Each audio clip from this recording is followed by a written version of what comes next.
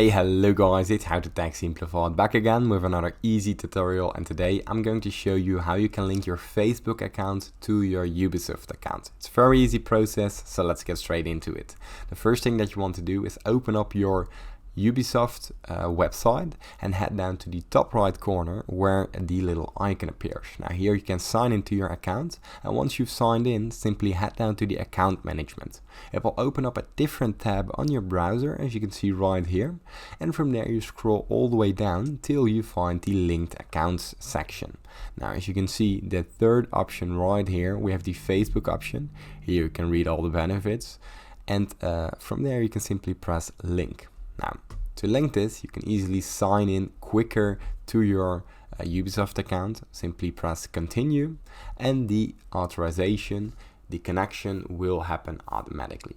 Now, from there, both accounts have been linked, and now you can sign in to Ubisoft using Facebook. It's very easy. If this tutorial was helpful, please consider subscribing to my YouTube channel. It helps me a lot, and thanks for watching.